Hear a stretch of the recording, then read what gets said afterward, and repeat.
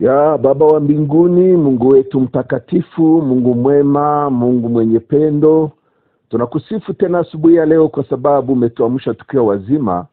Neema yako imetufanya tuwe hai ili kwamba tuweze kutangazia watu neema yako, kutangazia watu mapenzi yako mema. Wewe ambaye hautaki hata mmoja apotee, bali siku kwa siku unaamsha watu wako ili kwamba wapate kutangaza sifa zako, watangaze neno lako lenye uzima, na wale watakaolisikia lipate kuwaombea imani, halafu katika kutubia dhambi na kuamini jina lako wapate kuokolewa. Kuna kile ambacho watu wanajitabisha nacho ama wanashughulika nacho, lakini hakuna kitu ambacho kinaweza kufanya mtu ambaye aliumbwa katika udongo asiweze kutoa pumzi. Wako matajiri wengi ambao wanajilinda kwa njia yoyote ile. Wanajilinda magonjwa, wanatafuta mali nyingi, wanafanya kile wanachokiweza. Wana watu ambao wanawazunguka, mabodyguard, yani maaskari jeshi au watu wa kuwalinda, lakini mwishowe wanatoweka kwa sababu uzima wao haumo mikononi mwao wala haumo katika uwezo wao. Ndio maana Baba, kuamka kwetu kwa kweli kunatufanya sisi tukusifu na kutukuza, kwa maana tunajua ni wewe tu ndio umetulinda, ni wewe ndio umeruhusu tuwe hai, kwa sababu tunajua adui ni wengi, hata wale ambao hatuwaoni kwa macho ya mwili, na hao ndio wabaya hasa, lakini wale wote wanashindwa mbele zetu kwa sababu uko upande wetu. Umetuamsha wazima Baba, na sisi tunakuja kuelezea watu sifa zako, kuelezea watu matendo yako na njia zako za ajabu ambazo hazieleweki. Wewe una mpango mzuri juu ya maisha yetu, ndio maana neno lako kila itwapo leo linatuambia msiogope, msiogope, msiogope. Bwana wetu Yesu Kristo akawaambia wanafunzi wake kwamba hawawezi kujisumbua na wakajiongezea hata unywele mmoja kichwani mwao. Hakuna mtu ambaye anaweza kujiongezea kitu chochote kile, kwa maana vyote tulivyo navyo vinatokana na wewe, tumepewa na wewe Baba.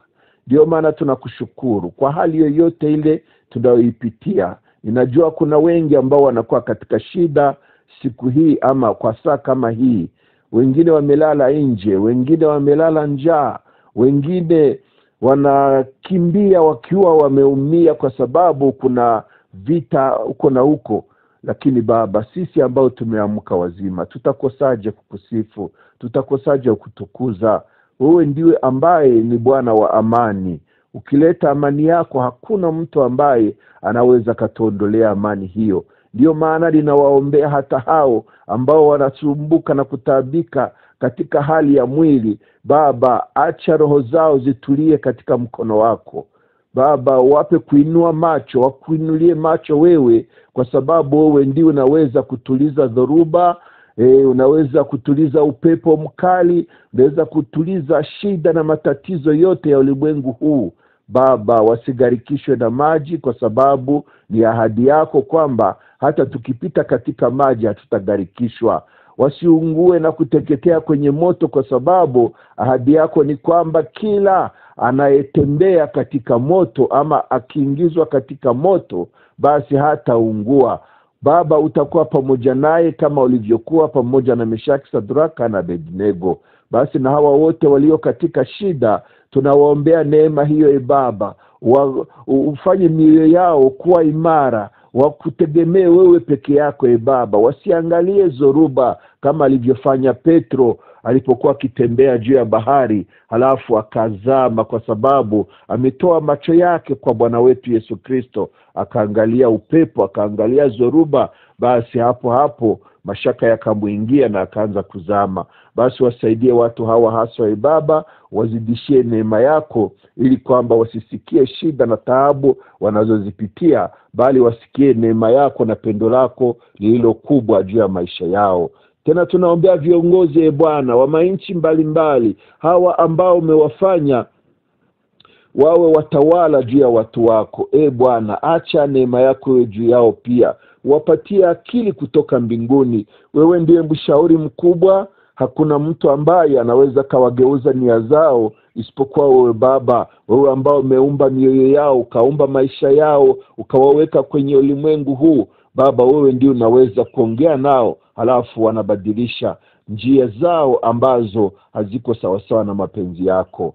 Asante Mungu kwa sababu unawajua walio wako, na wewe unawalinda sawasawa na mboni ya jicho lako. Naombea watumishi wako kila mahali walipo Baba, wakiwa wachungaji, mitume, manabii, wainjilisti, walimu, hawa watumishi wote ambao wameitwa kwa ajili ya kulijenga kanisa lako. Baba, ninawaombea neema ya kusimama katika mapenzi yako. Asionekane mmoja ameinukia mpango wako mzuri, mpango wa wokovu. Unajua Baba, sisi hatupigane na silaha zetu, sisi hatufanye kazi na akili zetu, bali ni nguvu zako ndizo zinatenda kazi ndani yetu. Ndio maana Baba, naomba roho ya unyenyekevu kwa kila umoja, kila itwapo leo Baba, ajiweke wakfu mbele zako, na wewe mwenyewe umtumie sawasawa na mapenzi yako. Baba, tukitembea sawasawa na mapenzi yako, tukiongea kile ambacho nataka tukiongee, tukifanya kile ambacho nataka tukifanye, tukiwa mahali ambapo unataka sisi tuwepo, Baba, ninaamini ya kwamba wewe utatenda mambo makubwa. Na wewe ukitenda Baba, hakuna yeyote awezaye kupinga kazi yako ama mpango wako. Asante sana Mungu wetu, kwa sababu siku ya leo umeona vema tuchangie neno lako. Basi ninachoomba ni hiyo neema ya kila siku ambayo inatuwezesha kulizungumzia neno lako, na Roho wako Mtakatifu awe pamoja nasi. Uwepo wako ndio tunaalika Baba, tuanzapo kulizungumza neno lako hadi mwisho. Sifa zote na utukufu vikurudi wewe peke yako Mungu wetu. Kwa jina la Bwana wetu Yesu Kristo tunaomba na kushukuru. Haleluya. Ndugu zangu wapendwa, kwa siku ya leo ninataka tulizungumzie neno ambalo linapatikana katika waraka kwa Waebrania sura yake ya 12 kuanzia mstari wa 15 hadi 17. Hii inasema, mkiangalia sana mtu asipungukie neema ya Mungu, shina la uchungu lisije likachipuka na kuwasumbua, na watu wengi wakatiwa unajinsi kwa hilo. Asiwepo mwasherati wala asiyemcha Mungu kama Esau, aliyeuza urithi wake wa mzaliwa wa kwanza kwa ajili ya chakula kimoja. Maana mwajua ya kuwa hata alipotaka baadaye kuirithi baraka, alikataliwa, maana hakuona nafasi ya kutubu, ijapokuwa aliitafuta sana kwa machozi. Ninarudi tena kusoma Waebrania 12 mstari wa 15 hadi 17. Mkiangalia sana mtu asipungukie neema ya Mungu, shina la uchungu lisije likachipuka na kuwasumbua na watu wengi wakatiwa unajinsi kwa hilo. Asiwepo mwasherati wala asiyemcha Mungu kama Esau, aliyeuza urithi wake wa mzaliwa wa kwanza kwa ajili ya chakula kimoja. Maana mwajua ya kuwa hata alipotaka baadaye kurithi baraka, alikataliwa, maana hakuona nafasi ya kutubu, ijapokuwa aliitafuta sana kwa machozi. Hebu tusome kwa Kifaransa pia. Kwa Kifaransa wanasema, Hébreux chapitre 12 verset 15. Veillez à ce que nul ne se prive de la grâce de Dieu, à ce qu'aucune racine d'amertume poussant des rejetons ne produise du trouble, et que plusieurs n'en soient infectés. à ce qu'il n'y ait ni impudique ni profane comme Ésaü, qui, pour aimer, vendit son droit d'aînesse. Au verset 17, vous savez que plus tard, voulant obtenir la bénédiction, il fut rejeté, quoiqu'il la sollicita avec larmes, car se repentir ne put avoir aucun effet. Hapa tunapata tena habari za mtu ambaye anaitwa Esau. Huyu Esau mnamjua vizuri, alikuwa ni mtoto wa Isaka. Esau amezaliwa Lipasa, ama wamezaliwa pamoja na Yakobo ndugu yake. Sasa huyu Esau ndiye alikuwa mkubwa ama mzaliwa wa kwanza. Ndiye aliyetoka tumboni mwa mama yake kwa mara ya kwanza. Halafu mdogo wake Yakobo akafuata. Sasa kulingana na sheria ya Kiyahudi, huyu mzaliwa wa kwanza ndiye alipasha kuwa murithi. Alipasha kuwa murithi wa baba yake. Na baba yake alipokuwa karibu ya kufariki, basi alipokuwa mzee sana, alimwambia mtoto wake Esau aenda akamtafutie mawindo, halafu aje ampatie baraka zake za mwisho kama mzaliwa wa kwanza. Lakini sasa kuna kitu ambacho kilikuwa kimefanyika katika maisha ya huyu mtu ambaye anaitwa Esau. Wakati mmoja huyu Esau alitoka katika mawindo yake na akamkuta mdogo wake akiwa pangoni hapo, akiwa na chakula chake. Halafu kwa kuwa yeye alikuwa anataabika na njaa, alikuwa na njaa sana huyu Esau, akamwomba mdogo wake ampatie kwa chakula chake, lakini mdogo wake akakataa. Na akasema, nitakupatia tu kwa sharti moja. Nayo ni kwamba wewe uniuze ule ukuu wako kama mzaliwa wa kwanza. Basi mimi ndiwe na hiyo haki ya mzaliwa wa kwanza, halafu na mimi nitakupatia chakula changu. Mkubwa yake kwa bahati mbaya akachagua chakula badala ya ule ukuu ama ule urithi ama zile baraka za kuwa mzaliwa wa kwanza. Akasema, basi itanifalia nini kuitwa mkuu wakati ninapokufa na njaa? Akasema, chukua halafu wewe nipatie chakula mimi nikule. Yeye alifikiri ni zihaka, kumbe ameuza huo ukuu wake, ameuza hiyo ule mpango wa urithi, aliuza baraka zake, akauza kwa ajili ya chakula kidogo tu, chakula ambacho nakula sasa baada ya saa ngapi, halafu nahitaji tena chakula. Hiki ndicho kitu kimefanyika katika maisha ya Esau mpaka siku ile ambayo baba yake alitafuta kumpa ile baraka ya mwisho, halafu akakutwa amezulumiwa baraka zake kwa kuwa hakujali ile neema ambayo Mungu amempatia. Hakujali wala hakupatia thamani kile kitu ambacho amepokea kutoka kwa Mungu. Unajua, sisi ni watu wa Mungu, ni viumbe katika mikono yake. Sisi tumetengenezwa kama vile mfinyanzi anavyotengeneza chombo katika udongo. Unajua, akitengeneza hiki anaona hakitoke vizuri, anaweza kakivunja tena na kibomoa, alafu anakitengeneza anavyotaka mwenyewe, kwa sababu huyu ndiye mwenye mali. Huyu ndiye anajua anachokitaka. Sasa sisi nasi tunaishi ni katika mpango wa Mungu. Ni neema ya Mungu tu inatufanya tuwe hai. Ni neema ya Mungu inatupatia kila tulicho nacho.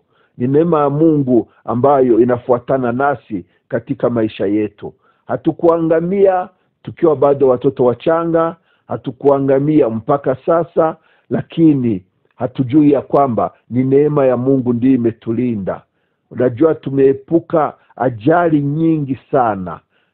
Mimi nikihesabu ajali ambazo Mungu ameniepusha ni nyingi kweli kupita kiasi.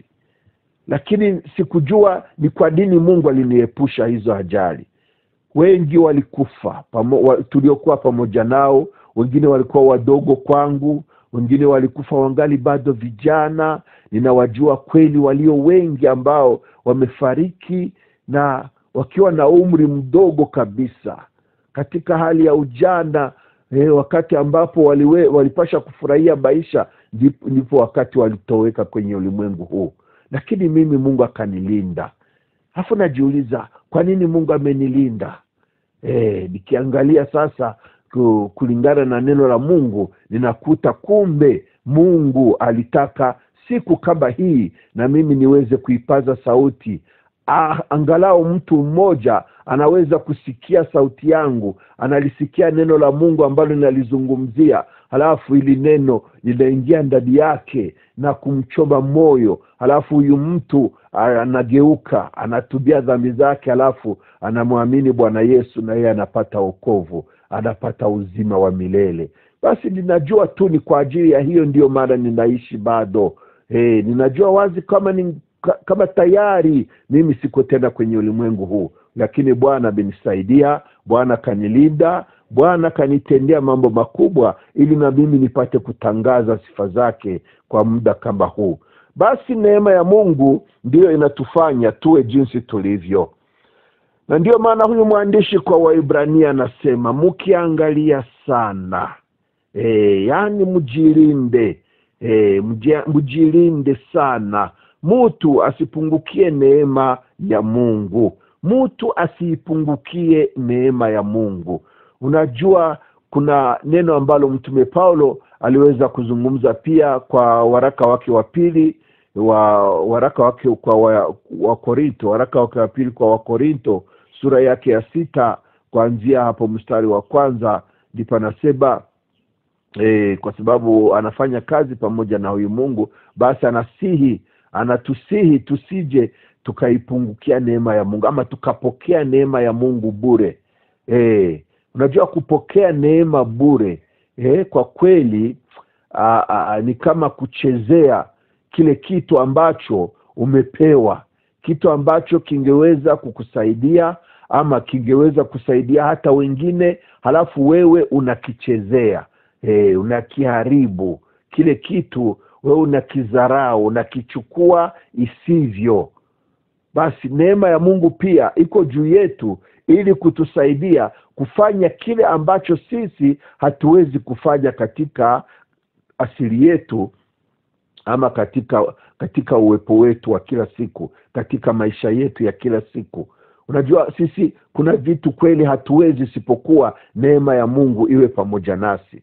Sasa kama Mungu anatujalia neema, tuseme wewe una sauti nzuri, nasikia mimi hata hivi niko ninapiganisha ili ninyoshe sauti yangu, kwa maana hali ya homa inanikabili. Lakini sasa labda wewe sauti yako inatoka vizuri sana, tena una nguvu za mwili, unaweza kutembea, unaweza ukapanda milima, ukashuka mabonde, kutangaza habari njema. Una zile nguvu. Nakumbuka sana nilipokuwa kijana, mimi nilitembea kwa safari ya injili sana. Yani nilikuwa nasikia furaha yangu ni kuwafikia wale watu ambao hawajawahi kupokea ama kusikia neno la Mungu, mahali ambapo ni katika mapori, mahali ambapo watu wengi hawafiki. Alafu mimi najisikia kuwa hapo ili kuwatangazia wale ambao neema hii haijawafikia ya kusikia neno la Mungu ama kusikia injili. Sasa wewe unapata neema kutoka kwa Mungu. Wewe una hali nzuri ya mwili wako, una hali nzuri ya kiroho, una pesa ama una uwezo wa kuweza kusafirisha. Lakini sasa hayo yote wewe usiyajali, alafu na uanze kuyatumia isivyo. Unajua hii ni kama kupoteza neema ya Mungu bure. Halafu mwandishi huyu wa Waebrania anasema, mkiangalia sana mtu asipungukie neema ya Mungu, shina la uovu lisije likachipuka na kuwasumbua, na watu wengi wakatiwa unajisi kwa hilo. Unajua neema ya Mungu ikikupungukia, moja kwa moja shina la uchungu linachipuka. Neema ya Mungu, kama unapoteza neema ya Mungu kiikamata isivyo, neema ya Mungu kiipokea bure, ninakwambia shina la uchungu litachipuka ndani yako. Tamaa ya mwili itainuka, ukaona mke wa jirani utamtamani, halafu ukizidi naye bahati mbaya wakunase, na wakikunasa basi ujue hapo unapata kweli magumu, unapata shida. Wanaweza kukujeruhi, hata kufa, unaweza ukapoteza maisha. Basi kama neema ya Mungu iko juu yako, basi shukuru, halafu itumie ama utembelee katika hiyo neema, kwa sababu ukiharibu ama ukipoteza hiyo neema, nakwambia shida la uovu litachipuka ndani yako.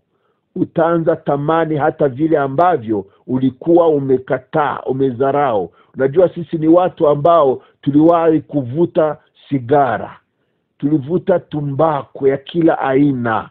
Sisi ni watu ambao tulitamani kwa njia yote kuachana na hiyo njia, lakini haikuwezekana. Bali neema ya Mungu ilipofika kwetu, tukaokolewa. Na tulipookolewa, hizo kamba zote, hiyo tamaa ya kuvuta sigara kweli ikatoka ndani yetu. Hiyo tamaa ya pombe na ulevi vikatoka ndani yetu. Yaani tukaanza kuona kama ni uchafu, tukaanza kuona kwamba ni kitu ambacho wala hakiwezi kutamaniwa. Kwa sababu gani? Kwa sababu neema ya Mungu ilikuwa juu yetu.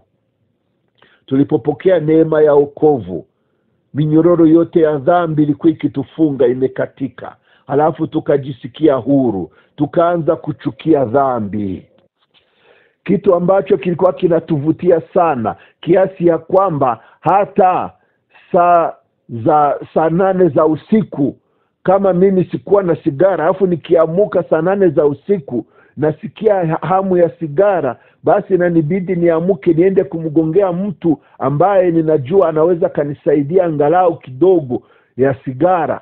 Kwa kweli nakumbuka utumwa ambao hiyo sigara ilikuwa imeniweka ndani, na nikikumbuka jinsi gani mpaka sasa nikisikia harufu hata kwa kilomita 1, nikisikia harufu tu ya sigara najisikia vibaya. Hii yote najua ni neema ya Mungu tu. Kwa kweli mimi nisingeliweza kuacha hicho kitu ambacho kilikuwa kimeniweka kimenifanya kroniki, ama kimenifunga sana kiasi ya kwamba kabla wakati sijakipata, basi hapo sina amani. Lakini kwa nini kiu kinaisha? Kiu ya dhambi na koma. Kwa sababu gani? Ni kwa sababu ya neema ya Mungu. Basi neema ya Mungu ikiwa juu yetu, kwa kweli ninakwambia ndugu yangu, hakuna kitu ambacho kinaonekana kigumu kwako. Kama neema ya Mungu iko juu yako, vitu vyote ni rahisi. Lakini subutu ucheze na neema ya Mungu. Subutu upoteze neema ya Mungu, halafu usikie jinsi gani mambo hayo yatakuwa mazito katika maisha yako. Utajisikia tena kuvutwa na vile ambavyo ulikuwa tayari vilikuwa vimekukifu, vitu ambavyo ulikuwa haujali tena. Basi utakutana moja kwa moja na wewe unapatikana katika hali ile ile. Ndio maana mwandishi akasema, mkiangalia sana mtu asipungukie neema ya Mungu. Mkiangalia sana, yani muwe macho, muangalie vizuri, muangalie sana, mtu asipungukie neema ya Mungu. Shina la uchungu lisije likachipuka na kuwasumbua, na watu wengi wakatiwa unajisi kwa hilo. Haswa sisi ambao ni viongozi, sisi ambao ni walimu, sisi ambao ni wainjilisti, sisi ambao ni wachungaji. Unajua kuna mambo ambayo inatubidi sisi kujizuia ama kuyaepuka. Si kwa sababu yetu tu, bali kwa sababu ya wale ambao wanatuzunguka pia. Unajua ni aibu sana kusikia mchungaji amefanya hiki na kile. Ninajua sana hawa watu watangaza habari, kuna mambo ambayo wanaweza kuyasikia wala wasijali kuyatangaza. Basi kama mlevi amepigana na mlevi mwenzake, hata kama amemng'oa meno, unafikiri haya yataingia gazetini? Hayataandikwa katika vitangaza habari. Haya ni kawaida kwa watu wa ulimwengu. Makahaba wamepigana, hii ni kawaida. Walevi wamepigana, hii ni kawaida. Lakini subutu wakupate wewe ambayo unaitwa mchungaji ukipigana vita kwenye uwanja, itakuwa katika gazeti, yani hiyo peji ya kwanza watakuweka hapo, na picha yako wewe mchungaji, wanakuweka pale ukiwa unafinya mtu kabisa. Ndio maana mwandishi huu waraka kwa Waebrania anasema, muangalie sana mtu asipungukie neema ya Mungu, shina la uovu lisije likachipuka na kuwasumbua na watu wengi wakatiwa unajisi kwa hilo. Unajua, kama wewe mchungaji unazini na mke wa jirani, halafu wakakupata, angalau ni habari tu, hawakukunasa kabisa, lakini wamesikia tu matetezi, ninakwambia habari hii itakwenda kama mshale. Kila mtu atasikia matangazo yale, mchungaji, kumbe yeye ni mzinifu, msimuone hivyo mchungaji. Halafu kumbuka, ni kondoo ngapi ambazo zitakufa moyo? Ni watu wangapi ambao watasikia aibu? Ni watu wangapi ambao watachukia hiyo njia ya wokovu wakati wanakusikia wewe mtu wa Mungu umefanya mambo ya aibu? Unajua, Mtume Paulo akaandikia kanisa la Korinto kuhusu habari za huyo kijana ama huyo mtu ambaye ameshika mke wa mume wake, ameoa mke wa baba yake. Mtume Paulo akasema, inasikilika habari ambayo haipatikani hata miongoni mwa mataifa hawajawahi kufanya kitu kama hicho. Lakini wewe ambao unaitwa Mkristo, wewe ambao unaitwa mtu wa Mungu, unafanya jambo kama hilo, wala hausikie aibu.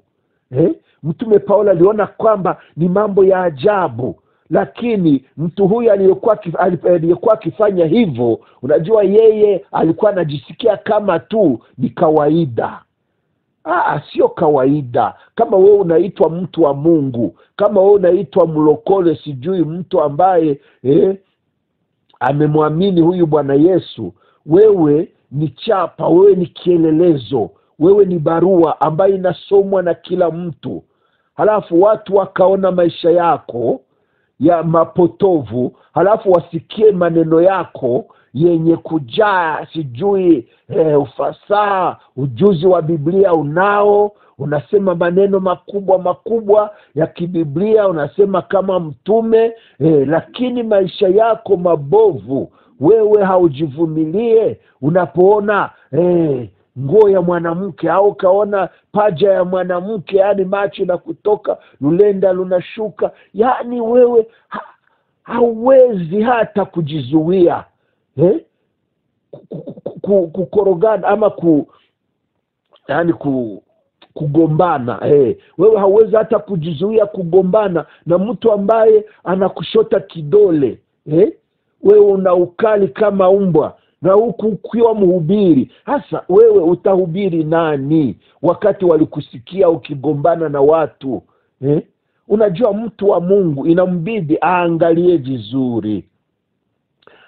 vizuri, asipoteze bure hiyo neema ya Mungu ambayo imemfanya yeye awe mtumishi wa Mungu. Usipoteze hiyo neema, ndugu yangu.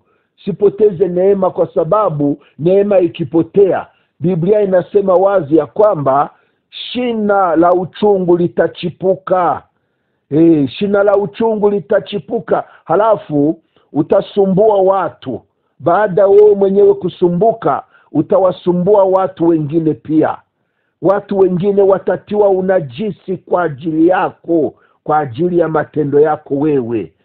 Watu watasema sasa, unajua mabinti kanisani ama vijana kanisani, wakisikia habari kwamba mchungaji wao yeye ni mwasherati ama mzinifu, ni mtu ambaye hajizuii katika tamaa zake, basi itakuwaje kwa ajili ya vijana hawa? Kwa sababu watajiuliza kusema, basi ikiwa mchungaji Ngarambe anafanya hiki, basi mimi nitakosaje kukifanya? Basi mimi ninamzidi nini? Unaona? Basi hapo wanatiwa unajisi na matendo yako mabaya, wanatiwa unajisi na hali yako ambayo ni hali ya madharau. Umedharau neema ya Mungu, umepokea bure neema ya Mungu, halafu shina la uovu limechipuka ndani yako na wewe ukajitokeza katika hali ya kutenda maovu, na watu wengine wakakuona, halafu nao wakakuiga ama wakafuata mwenendo wako, na baadaye watu hawa wakakuakana kwamba wamepotea njia ya uzima, na hii yote ni kwa sababu yako. Na kumbuka, Mungu atakudai wewe. Hao watu wakikufa katika dhambi, damu yao Mungu atakudai wewe, ambaye ulibidi ama ilikupasa kuwapeleka kwenye njia ya uzima. Ulipasha kuwa kielelezo kwao, ulipasha kuwa wewe ndiwe ambaye ni mfano wangeweza kufuatilia. Lakini sasa bahati mbaya, wewe mwenyewe haujali neema ya Mungu, wewe mwenyewe haujali wokovu ambao umeupokea bure. Ndugu yangu, ninakusihi kwa siku ya leo uangalie vizuri, angalia vizuri kabisa. Wafaransa wanasema vizuri, wanasema veillez, veillez, yani ni kukesha. Veillez à ce que nul ne se prive de la grâce de Dieu, à ce qu'aucune racine d'amertume poussant des rejetons ne produise du trouble, et que personne n'en soit, et que plusieurs n'en soient infectés. Angalia vizuri, veye, angalia vizuri, kesha, uwe macho. Usije ukapoteza neema ya Mungu, halafu hiyo chipukizi, hiyo shina ya uovu ikachipuka ndani yako, halafu watu wakaona uovu na utenda, halafu hawa nao wakaiga tabia yako, hawa nao wakaangushwa na hali yako hiyo ya dhambi. Kwa kweli ndugu yangu, leo ni neno lako, leo ni kama maneno haya yanawahusu haswa hawa ambao ni watumishi wa Mungu. Lakini sasa nikimaliza, acha nizungumze na wewe pia ambaye huenda haujawahi kupokea neema ya wokovu, lakini sasa huu ndio wakati wako. Nikielekea ukingoni wa somo letu la leo, ninataka kuzungumza na wewe ambaye haujaokoka bado. Wewe ambaye haujaokoka bado, kumbuka ya kwamba hii sauti unayoisikia ni neema kutoka kwa Mungu. Wala haujaniona mimi, wala mimi sikujui, lakini ninazungumza na wewe.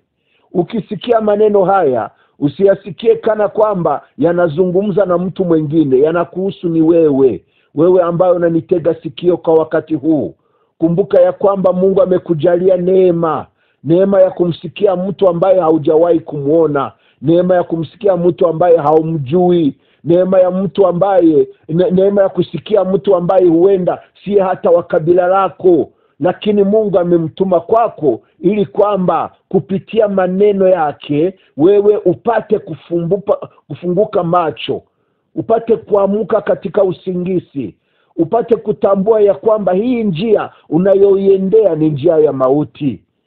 Basi unaweza kaangamia wakati wote utakapodharau maneno haya ambayo yanakuja kwako ili kukusaidia, ili kukutoa katika ile hali.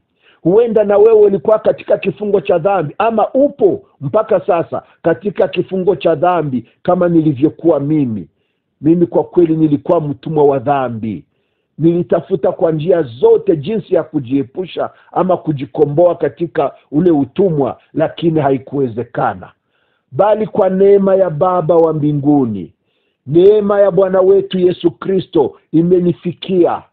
niliposikia Injili, niliposikia neno la Mungu, niliposikia ya kwamba huyu Yesu ndiye Mwokozi wa ulimwengu, anayemwamini haangamie, na huyu ndiye anasamehe dhambi, basi nilimwendea na kumulilia, nasema Bwana Yesu, nisamehe dhambi zangu, lakini si kunisamehe tu, bali uniweke huru pia, nisiwe tena mtumwa wa dhambi. Nifanye Baba, niachane na hii njia ya dhambi, nifungue katika hii minyororo ya dhambi. Mimi nimeliitia jina la Bwana, na Bwana aliyemwema sana amenisikiliza, na kwa wakati unaofaa aliingia katika maisha yangu na kunifungua. Ameniweka huru kweli. Huyu Bwana Yesu ameniweka huru, na mimi leo ninamsifu. Ninatangaza neema yake kwa sababu ninajua kile ilichokifanya katika maisha yangu. Na wewe unayenisikia sasa, hakuna njia nyingine ya wokovu ila kuliitia jina la Bwana wetu Yesu Kristo. Biblia inasema ukiamini kwa moyo wako na kukiri kwa kinywa chako, basi wewe utaokoka.